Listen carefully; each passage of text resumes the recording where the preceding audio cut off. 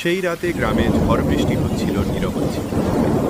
রাস্তার মোড়ে এক বৃদ্ধ দাঁড়িয়েছে, ছাতাটা পুরোটাই ছেঁড়া। যে তাকে দেখেছে সবাই বলেছে ওর মুখে আলো পড়ে না।